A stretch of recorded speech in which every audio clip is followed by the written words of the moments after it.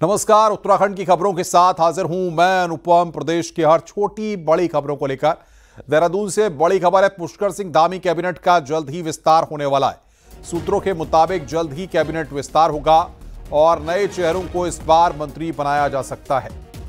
Dhami cabinet में अभी 5 मंत्री पद खाली हैं और सूत्रों के मुताबिक सभी पदों को भरा जा सकता है। तो ये बड़ी खबर यहां पर हम आपको बता रहे हैं। सूत्रों के मुताबिक नए विधायकों को मंत्री बनाया जा सकता है। लंबे समय से धामी कैबिनेट के विस्तार का इंतजार हो रहा है और अब सूत्रों के मुताबिक फाइनली इस पर सहमति बन गई है। जल्द ही धामी कैबिनेट का विस्तार होगा। इसमें गढ़वाल कुमाऊं के साथ ही अन्य फैक्टर का भी पूरा ध्यान रखा जा रहा है।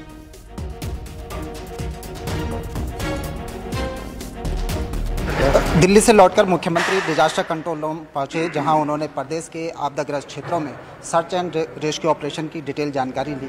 सर, अभी क्या ताज़ा अपडेट है, खासकर थराली और सयाना चट्टी को लेकर? नहीं, सयाना चट्टी में भी चूँकि प्रशासन के लोगों ने काम किया है और वहाँ पर ब्लास्टिंग करके पानी की निकासी की है और तेज़ बारिश होने के कारण से भी उसका बहाव तेज़ हो गया है। तो कम से कम अभी 8-10 फुट पानी कम हो गया। हमारा प्रयास है कि पूरी तरह से जो है पानी को ठीक प्रकार से निकालने की योजना बन जाए और उससे पानी निकले, जिससे कि वहाँ सयाना चट्टी के लोग जो है जिनके मकान और होटल जलमग्न हुए हैं उनको तुरंत जो है वो पानी से निजात मिले। उसके लिए लगातार आज समीक्षा हम लोगों ने करी है और निर्देश भी दिए हैं। इसी प्रकार धराली क्षेत्र में सड़क का काम जो है हमारा धराली में आई हुई आपदा के बाद पूरा हरसिल तक और उससे पहले भी कई जगह पर क्षतिग्रस्त हो गया था।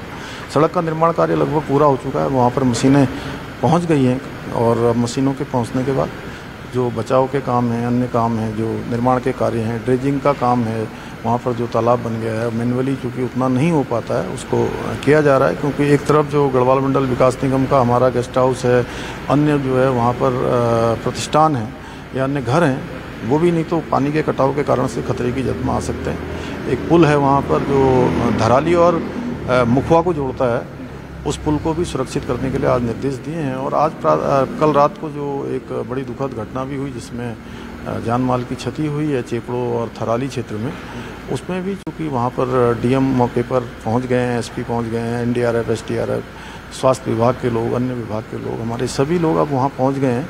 आज घायलों को अस्पताल भी पहुँचाया गया है, एम्स में भी हेली से लाया गया है और ये बचाव का काम चल रहा है। लोगों के लिए सुरक्षित स्थानों पर उनको लाया गया है और जो भी ज़रूरी सामान है, कपड़े हैं, अनाज है, उन सब की व्यवस्था कर रहे हैं। हमारा प्रयास है कि सभी को ठीक प्रकार से और राहत के लिए और सहायता के लिए 5 लाख रुपए जिनके भी घर गए हैं, जान माल की क्षति हुई है, वो तत्काल रूप से सहायता करने के लिए कहा है। सर, कैबिनेट एक्सटेंशन की चर्चाएं जोरों पर हैं, आपके विधायक भी नज़र लगाए हुए हैं, टकटकी लगाए हुए हैं, क्या कुछ है सर? देखिए, वो काफ़ी दिनों से इस पर चर्चा चली रही है और सबकी सहमति से मुझे लगता है कि जैसा हाईकमान का निर्णय होगा जल्दी उस पर फैसला आएगा। Thank you sir. तो मुख्यमंत्री पुष्कर सिंह धामी ने एक तरह से संकेत दे दिए हैं कि कैबिनेट की जो 5 सीटें खाली हैं, लंबे समय से जो विधायक प्रतीक्षा में बैठे हैं, उनकी मुराद अब जल्द पूरी हो सकती है। कैमरा पर्सन दीपक उपाध्याय के साथ सुनील नौप्रभात, न्यूज़ 18 देहरादून।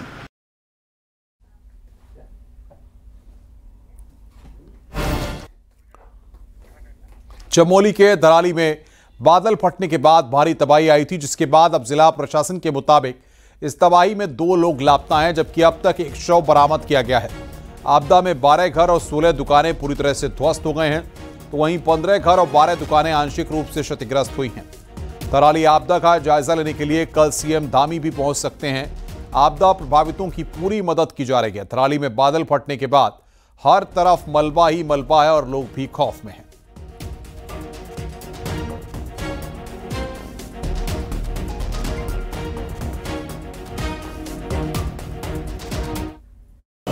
बहुत सारी संपत्तियों को नुकसान हुआ है, जान माल की दोनों की बड़ी क्षति हुई है।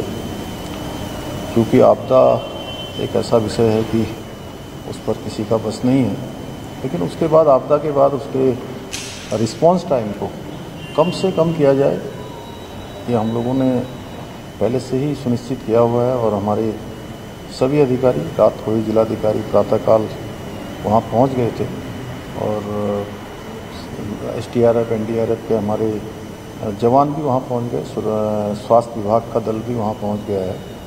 लोगों को वहाँ से सुरक्षित निकाला गया है, घायलों को अस्पताल में भर्ती कराया गया है, हेली से एम्स भी लाया गया है और जो वहाँ पर राशन इत्यादि की व्यवस्था है सब की जा रही है। बिजली वहाँ पर रिस्टोर हो चुकी है। कल भी रात का काम चलेगा, सड़क भी बन रही है, कल तक सड़क का काम भी पूरा हो जाएगा, सड़क पहुँच जाएगी और तेज़ी से हम करेंगे। और हमने कहा है कि जिसके भी मकान की क्षति हुई है या जनहानि हुई है उनको तत्काल रूप से सहायता 5 लाख रुपए की तत्काल हमने पहले से ही उसका प्रावधान किया हुआ है।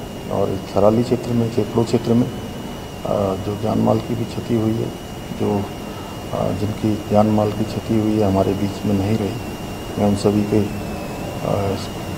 आत्मा की शांति के लिए भगवान से प्रार्थना करता हूँ। चमोली के थराली में बादल फटने के बाद हालात बेहद खराब हैं। यहां सरस्वती शिशु मंदिर स्कूल में भी मलबा घुस चुका है, वहां मौजूद गाड़ियों में भी मलबा घुस गया है। न्यूज़ 18 की टीम थराली की उस जगह पहुंची जहां बादल फटने से तबाही मची है। आपको दिखाते हैं कैसे हैं थराली में हाल। किस तरीके का नुकसान हुआ है आप तस्वीरों में देखिए।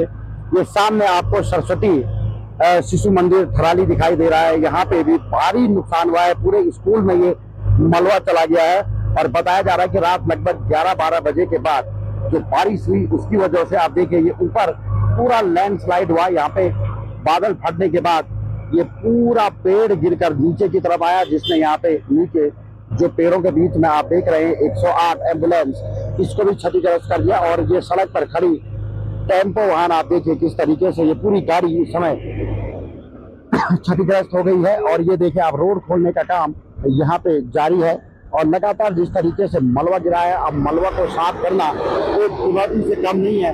लेकिन फिलहाल अभी यहाँ पे राहत और बचाव कार्य किया जा रहा है। लोग जान जोखिम में डालकर ही सफर करने को मजबूर है क्योंकि सड़क मार्ग बाधित है और उन्हें खोलने का काम जारी है। टेम्पो वाहन देखिए किस तरीके से ये पूरा जो वाहन है उस समय क्षतिग्रस्त हुआ है। और अब जो पहली प्राथमिकता प्रशासन की यहाँ पे लोगों को राहत शिविरों में पहुंचाने की है, ताकि जो सुरक्षित लोग हैं, जो बेघर हो चुके हैं, उनको सुरक्षित स्थानों पर ठहराया जाए। तो कहीं ना कहीं अब जो हालात हैं वो बहुत ज्यादा खराब हैं। थराली की अगर बात करें तो यहाँ पे आर्थिक तौर पर बहुत ज्यादा नुकसान हुआ है, दुकानें टूटी हैं, मकानों को नुकसान पहुंचा है, सड़कों को काफी नुकसान पहुंचा है।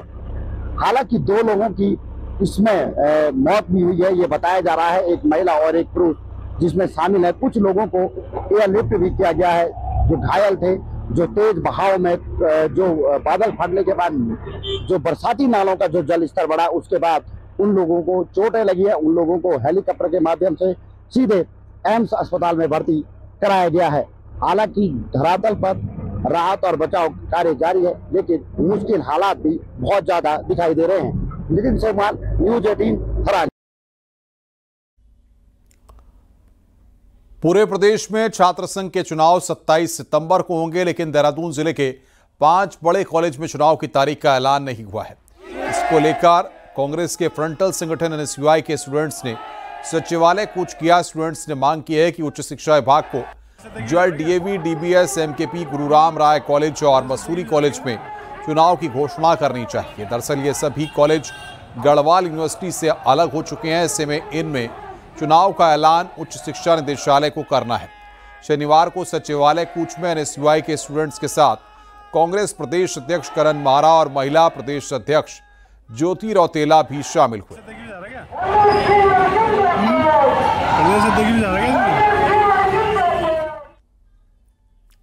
2027 विधानसभा चुनाव को लेकर कांग्रेस में सभी जिला अध्यक्ष बदलेंगे, तो पार्टी को आगे क्या करना है ये तय करने वाले कांग्रेस प्रदेश प्रभारी शैलजा करीब 1.5 साल बाद उत्तराखंड आने वाली हैं।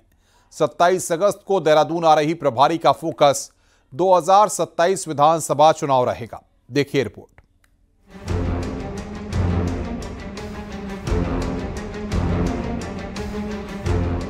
उत्तराखंड उन राज्यों में है जहां कांग्रेस मुख्य विपक्षी दल है, तो पार्टी को संगठन का भी संकट नहीं है। अब पार्टी का पूरा फोकस 2027 विधानसभा चुनाव पर है, जिसकी तैयारी के लिए खुद प्रभारी शैलजा 27 अगस्त को देहरादून आने वाली हैं। प्रभारी की एक बैठक जहां विधायकों के साथ होगी, वहीं नए जिला अध्यक्षों को लेकर होगी। अगले 1 महीने में कांग्रेस का प्लान 26 के 26 जिला अध्यक्ष बदलने का है, ताकि ब्लॉक और जिले में संगठन मजबूत किया जा सके और जिलों का काम सही हाथों में सौंपा जा सके। हर जिले में 1 प्रभारी जाएगा एआईसीसी से, 3 प्रभारी जाएंगे पीसीसी से, मतलब 4 लोगों की ये यूनिट जो है वहाँ के लोगों से वार्तालाप करने के बाद संगठन की रूपरेखा तय करेगी। उसको लेकर एक महत्वपूर्ण बैठक 27 को है, जिसमें 11 बजे से सीनियर लीडर्स और एमएलएस की एक बैठक होनी है और 1 बजे से जो हमारे प्रभारी बनने हैं जो प्रदेश के, उन सभी की बैठक 1 बजे से प्रारंभ होगी। विपक्ष में कांग्रेस के 20 विधायक हैं, तो चुनाव जीतने के लिए जरूरी है कि जिले के नेताओं और विधायकों में सही कोऑर्डिनेशन हो। तो राज्य में कांग्रेस के पक्ष में चुनावी माहौल कैसे बने, ये मंत्र भी प्रभारी अपने दौरे में विधायकों को देकर जाएंगे। नेताओं के साथ विधानमंडल में माननीय विधायकों के साथ विचार विमर्श करेंगी, चर्चा करेंगी और जिससे कि भविष्य के संगठन को नया आकार दिया जा सके और जो 2027 का चुनाव में और बेहतर तरीके से संगठनात्मक ढांचे को मजबूत करने की दिशा में निश्चित रूप से उनका मार्गदर्शन भी मिलेगा। पिछले करीब 1.5 साल से प्रदेश प्रभारी शैलजा अब तक देहरादून नहीं आई है। ऐसे में प्रभारी के दौरे से पहले सीनियर नेताओं, विधायकों और संगठन ने तैयारी शुरू कर दी है, क्योंकि जहां एक तरफ जिला अध्यक्षों और संगठन पर बात होगी, वहीं टिकट के दावेदार भी प्रभारी के आगे हाजिरी लगाने को तैयार हैं। दीपांकर भट्ट, न्यूज़ 18, देहरादून।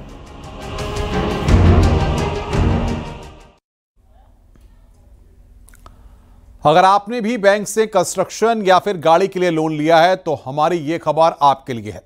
देहरादून में पिछले कुछ महीनों में ऐसे केस सामने आए हैं जहां लोन एजेंट के चक्कर में आकर लोग इस कदर फंसे कि किस्तें चुकाते चुकाते समय बीत गया, लेकिन लोन अमाउंट कम होने का नाम नहीं ले रहा। देखिए रिपोर्ट।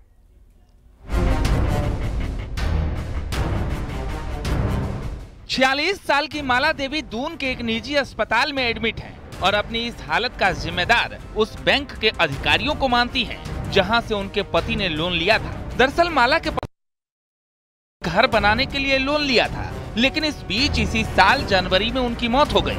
पति की मौत के बाद से बैंक की तरफ से लोन चुकाने के लिए उन्हें इतना प्रेशराइज किया गया कि आज वो अस्पताल में है। ये कोई पहला मामला नहीं है, बल्कि ऐसे कई केस रजिस्टर हुए हैं, और वो भी तब जबकि प्राइवेट बैंक लोन से पहले ही बीमा करा लेते हैं, लेकिन इंसान की मौत के बाद बीमा का क्लेम देने से इनकार कर देते हैं। और इवन बैंक वालों ने भी अपना डॉक्यूमेंट नहीं भेजा आगे। जो योगेश सर हैं, योगेश चंद्रशेखर सर, उन्होंने वो डॉक्यूमेंट आगे अपलोड सही से नहीं करते हैं। हम उन्हें मेल करते हैं। अगर मैं बताता, मेरी मम्मी अगर पढ़ी लिखी नहीं है तो उन्हें बताना चाहिए कैसे क्या करना, किस डॉक्यूमेंट की क्या। जब बैंक को खुद वो डॉक्यूमेंट देना है तो बैंक ने डॉक्यूमेंट क्यों नहीं दिया? हमने 6 महीने तक किस्त भरा उस चीज़।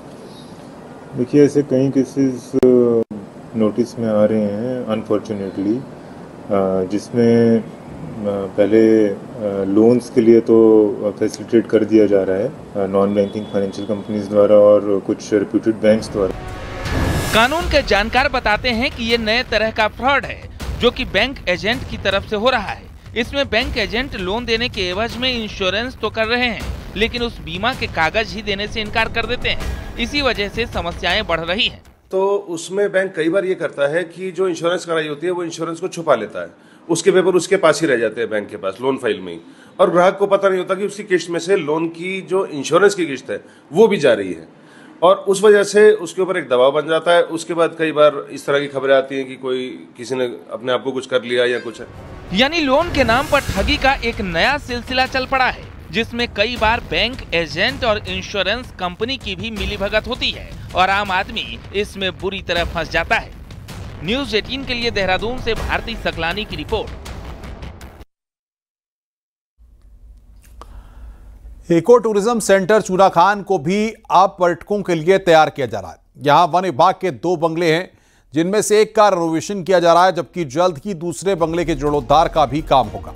इसके साथ ही पर्यटकों के लिए विभाग 5 हट और बनाने जा रहा है, जिससे कि पर्यटक यहां आकर रह सकें। ये जगह नैनीताल, हल्द्वानी से आते हुए रामनगर से पहले है और यहां से काफी टूरिस्ट गुजरते हैं, लिहाजा उनको आकर्षित करने के लिए प्लानिंग हो रही है।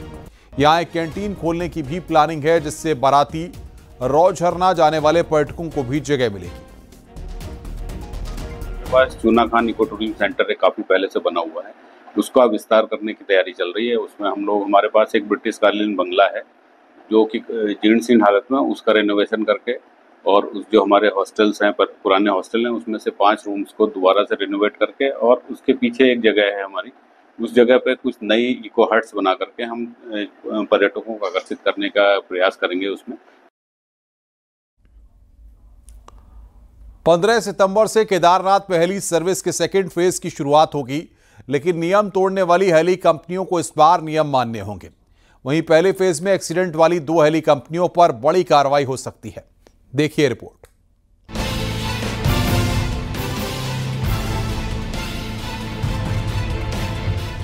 पंद्रह सितंबर से हेलीकॉप्टर फिर केदारनाथ के लिए उड़ान भरेंगे। सेकेंड फेज में करीब 40 दिन की यात्रा होगी, लेकिन इस बार हेली कंपनियां यात्रियों की जान से खिलवाड़ नहीं कर पाएंगी। यात्रा के पहले फेज में केदारनाथ और गंगोत्री में हेलीकॉप्टर क्रैश हुआ तो 13 लोगों की मौत हुई। वहीं केदारनाथ रूट पर 4 हादसों में यात्री बाल बाल बचे। वहीं से केदारनाथ में हेली सर्विस को लेकर सवाल खड़े हुए थे। इसी को देखते हुए चार्टर्ड हेली कंपनियों को नई एडवाइजरी माननी होगी, जिसके मुताबिक चार्टर्ड हेलीकॉप्टर उड़ाने वाली कंपनियों को अनुभवी पायलट लाने होंगे, जिन्हें कम से कम 1500 घंटे हेलीकॉप्टर उड़ाने का अनुभव हो। हेली कंपनी का डीजीसीए में नॉन शेड्यूल ऑपरेटर परमिट का रजिस्ट्रेशन होना चाहिए। चार्टर्ड हेली कंपनियों की सिक्योरिटी मनी को 10 लाख रुपए से बढ़ाकर 30 लाख रुपए कर दिया गया है। सेफ्टी को प्रायोरिटी जो दी जानी है उसके लिए हम लगातार प्रयासरत हैं और मल्टीपल चीज़ें हमारी पाइपलाइन में हैं और मैं अपेक्षा करता हूं कि जल्दी वो क्लियर भी हो जाएंगी। इसी क्रम में चार्टर के लिए भी हम लोगों ने एक एडवाइजरी जारी की है। सिरसी, गुप्तकाशी और फाटा से केदारनाथ तक चलने वाली शटल सर्विस के लिए भी नई एसओपी तैयार हो रही है। अभी इस रूट में 9 कंपनियां हेलीकॉप्टर उड़ाती हैं। वहीं हेली एक्सीडेंट और लापरवाही पर 2 हेली कंपनियों पर कार्रवाई हो सकती है, जिसमें डीजीसीए की जांच रिपोर्ट का इंतजार हो रहा है। तो सरकार भी कड़े नियमों के साथ सुरक्षित यात्रा का भरोसा दे रही है। 15 जून को डीजीसीए की तरफ से डायरेक्शंस जारी हुए थे, उसमें उनके ऑपरेशंस जो हैं वो उन्हें या शटल सर्विस के लिए उनको जो परमिशन दी गई थी, लेटर ऑफ वार्ड था, उसको सस्पेंड किया गया और अभी इन्वेस्टिगेशन उसमें चल रहा है। कि जो एसओपी सरकार ने बनाई है उसको स्ट्रिक्टली फॉलो कराना चाहिए। ठीक है, हमारे यहाँ प्रदेश में श्रद्धालु आते हैं, उनकी आस्था है इस पर, बाबा केदार के धाम पे वो आते हैं, यहाँ पे दर्शन करते हैं, लेकिन उनकी ज़िंदगी जो है कहीं ना कहीं उसकी रखवाली करने की जिम्मेदारी स्टेट सरकार की है, जब वो हमारी स्टेट में है। यात्रा के पहले फेज में लगातार हेलीकॉप्टर हादसों से उत्तराखंड की बदनामी हुई, तो केदारनाथ रूट में हेलीकॉप्टर उड़ाने वाली कंपनियां पर नियमों की धज्जियां उड़ाती दिखी। ऐसे में हेली सर्विस के सेकेंड फेज में कोई सवाल न उठे, इसलिए नियमों को सख्त किया जा रहा है। दीपांकर भट्ट, न्यूज़ 18, देहरादून।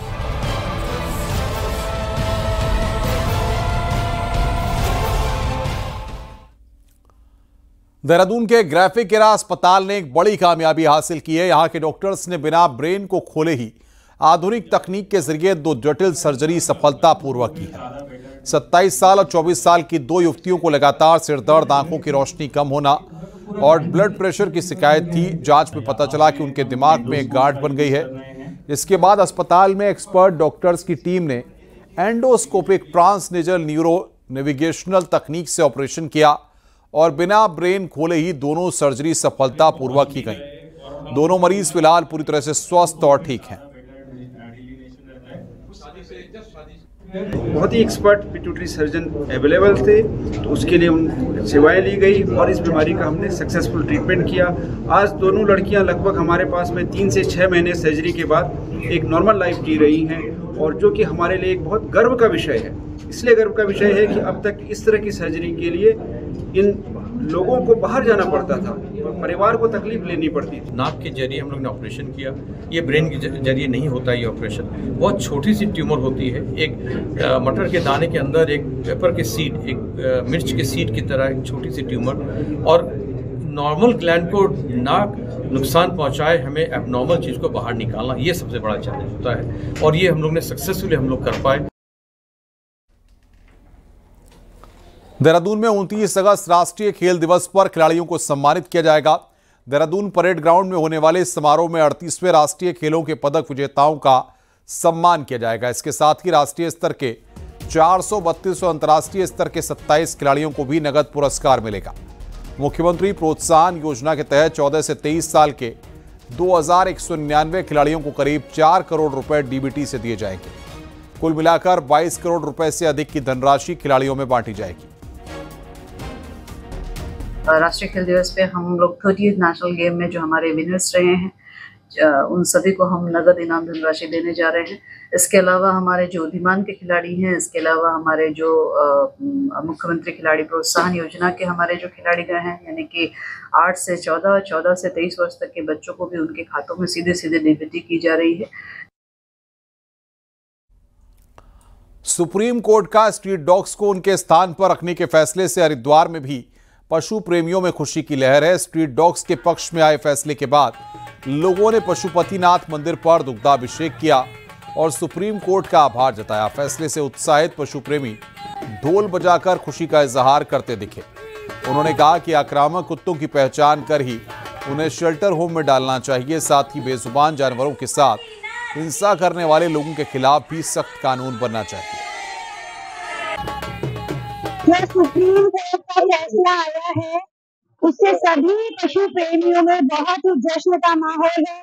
एक बहुत ही मानवीयपूर्ण फैसला लिया गया, बहुत ही सोच समझकर फैसला लिया गया। जो भी अग्रेसिव डॉग है उनका आइडेंटिफिकेशन होना चाहिए। बिल्कुल सबसे पहले सुप्रीम कोर्ट के निर्णय का स्वागत है।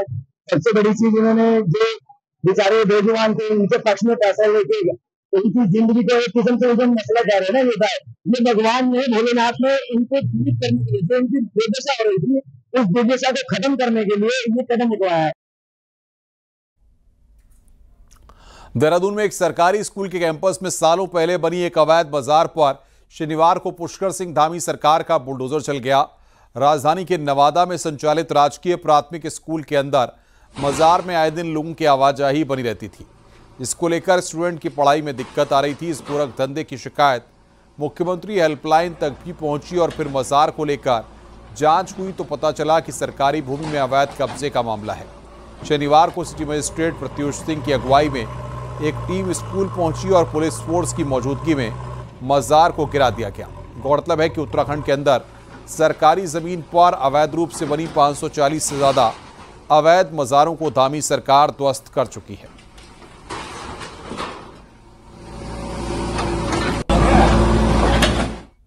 हल्द्वानी से कांग्रेस के विधायक सुमित हृदयेश ने नैनीताल जिले के पुलिस कप्तान प्रहलाद नारायण मीणा पर गंभीर आरोप लगाया है। सुमित ने आरोप लगाया कि एसएसपी नैनीताल ने बेवजह उनका पुराना गनर हटा दिया और उसकी जगह दूसरा गनर भेज दिया। उन्होंने पुलिस कप्तान मीणा पर आरोप लगाया कि वो राजनीतिक साजिश रच रहे हैं। साथ ही पुलिस कप्तान उनकी जासूसी भी कराना चाहते हैं, इसलिए उनके पुराने विश्वास पात्र गनर को हटाकर नया गनर भेजा गया है। सुमित हृदयेश ने नए गनर से सुरक्षा लेने से साफ इंकार कर दिया। साथ ही ऐलान कर दिया है कि अगर उनकी सुरक्षा से कोई भी खिलवाड़ हुआ तो इसके लिए नैनीताल के पुलिस कप्तान जिम्मेदार होंगे। ये जो कप्तान साहब है इन्होंने साबित कर दिया राजनीतिक कप्तान है। पूरी भारतीय जनता पार्टी के द्वेष भावना से हमारे प्रति कार्य कर रहे हैं। अरे मेरा गनर है, मैं कोई कंप्लेंट करता या मुझे लगती कमी तब आप हटाइए। विश्वसनीय जानबूझ के गनर हटाया जा रहा है ताकि इनकी LIU मेरी गाड़ी में बैठ जाए और मेरी गतिविधि को ये मॉनिटर करे। तो मैंने इनको इनकी सुरक्षा इनको हवाले कर दी है। हाँ, मेरे पे जरा सी भी आंच आई, मेरे साथ कुछ भी होता है, मैं कह रहा हूँ रोड एक्सीडेंट हो जाए, कुछ भी हो जाए, इसकी जिम्मेदारी पूर्णतः नैनीताल पुलिस की और राज्य की सरकार की और इन कप्तान साहब की है। रुक रहे हैं ब्रेक के लिए। खबरों का सिलसिला लगातार जारी है।